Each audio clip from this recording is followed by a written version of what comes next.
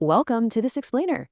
Today we're diving straight into a completely objective side-by-side comparison of two incredibly influential ancient texts, the Torah's book of Genesis and the Quran's Surah Yusuf.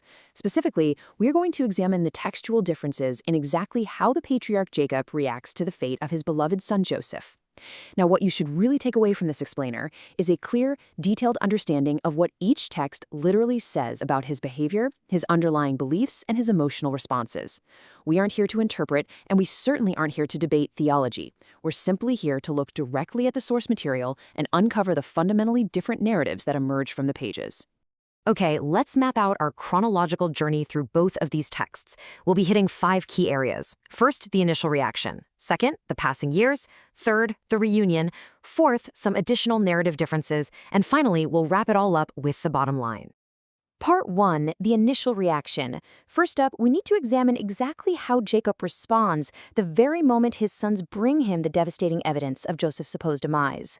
Picture the scene in the Genesis account. The brothers take Joseph's ornate robe, they dip it in goat's blood, and they bring it to their father.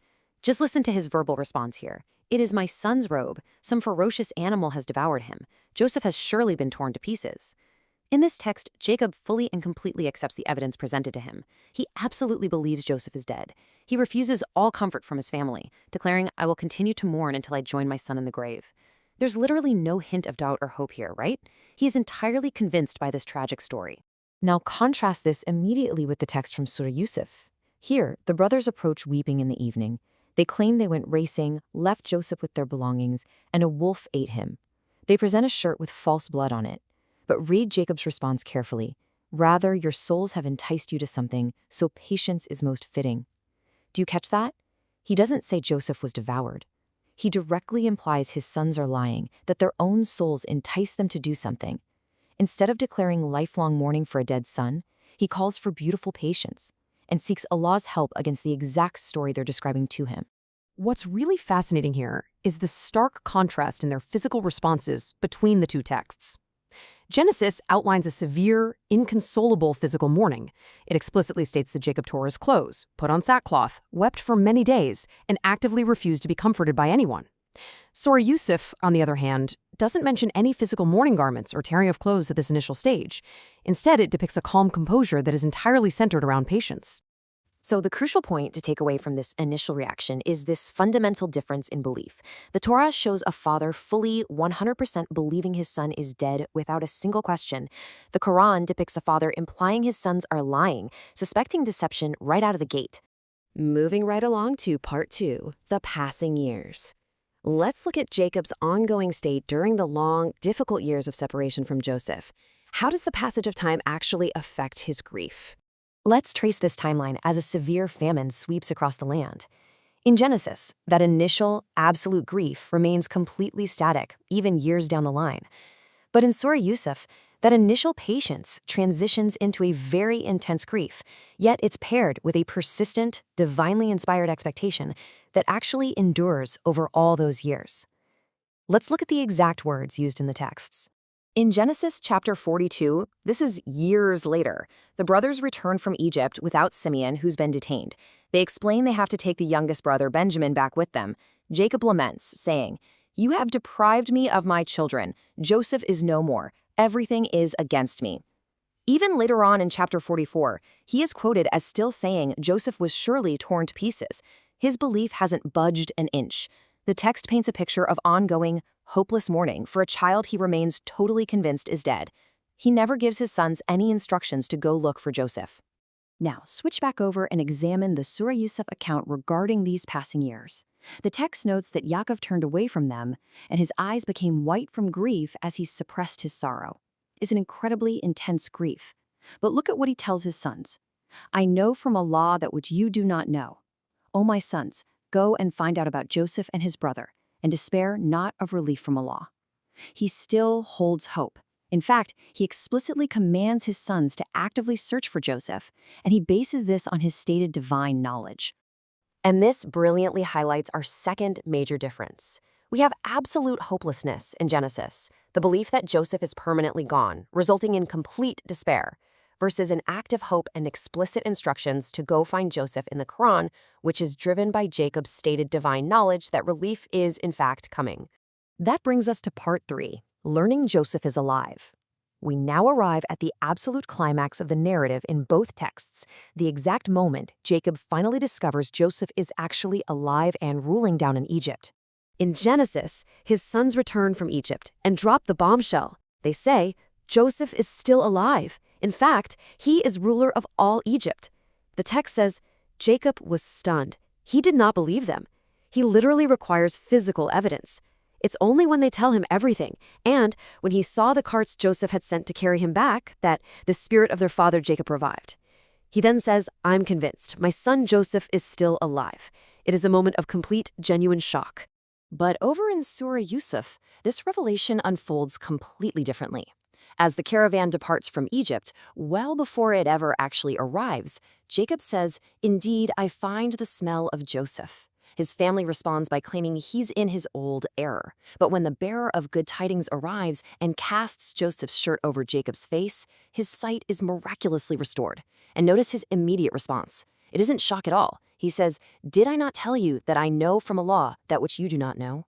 So what's the core difference here? It's a reaction of total, utter surprise, which proves he genuinely thought Joseph was dead, versus a reaction of confirmation, which proves he already knew Joseph was out there somewhere. In one text, his spirit is emotionally revived by seeing transport carts. In the other, his physical blindness is miraculously healed by a shirt. Now for part 4, additional narrative differences. Before we synthesize everything, let's zoom in on a couple of specific narrative details that diverge significantly between these source accounts. First up, let's look at the details regarding Jacob's blindness. Genesis chapter 48 attributes Jacob's dim eyes entirely to natural old age. It notes his eyes were dim so that he could not see, and they just remain unhealed. The Quran, however, explicitly attributes his eyes becoming white to the intense grief and weeping for Joseph. And as we literally just saw, this blindness is miraculously cured. Then there's the incredibly prominent role of Joseph's garment. Trace this through the texts. In the Torah, the bloody robe is used exactly once, solely as false evidence of Joseph's death at the very beginning of the story. In the Quran, the shirt acts like a connecting thread through the whole narrative. It's used as false evidence at the beginning, sure, but it reappears at the reunion to serve as the literal physical instrument of a healing miracle. Which brings us to part 5, the bottom line. Okay, let's pull all these threads together into one clear, objective summary of the source material. What do we actually have when we lay these texts completely bare? By mapping this all out into a single matrix, it becomes incredibly clear that these are not just minor stylistic variations. They are fundamentally different narratives regarding Jacob's actions and his internal state. I mean, look at it. From whether he believed Joseph was dead, to the nature of his grief, to the presence of divine insight, the exact cause of his blindness, his reaction at the reunion, and finally, the presence of an actual physical miracle. We can literally distill all of this down to 5 core areas of contrast. Number 1, beliefs. The Torah portrays a father who fully believed his son was dead, versus the Quran portraying a father who suspects deception from the absolute start. Number 2, emotions.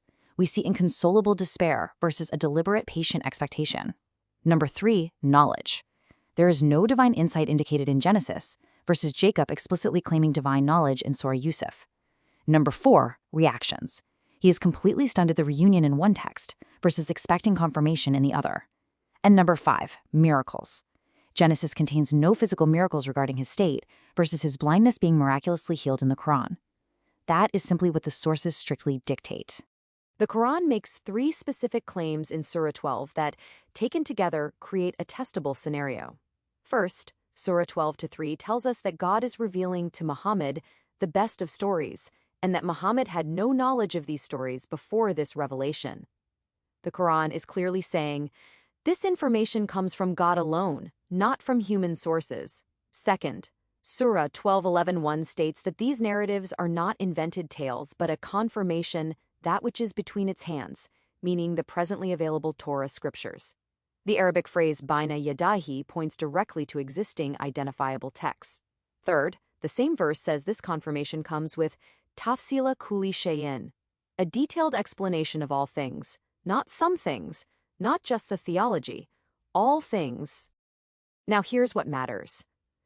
The Quran is telling us exactly what to look at regarding the word confirmation. And in what manner? It identifies specific parallel stories. It says those Quran stories confirm the presently available Torah stories.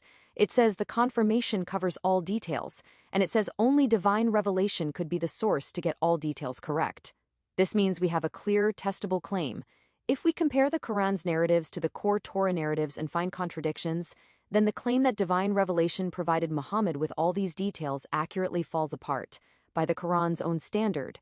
And we know the core Torah narratives were preserved. The Dead Sea Scrolls and other early manuscripts confirm that the core Torah stories were textually stable centuries before Muhammad's time. So we're not comparing against a corrupted or unknown text. We have a reliable baseline. Thus, the Quran fails on its own standard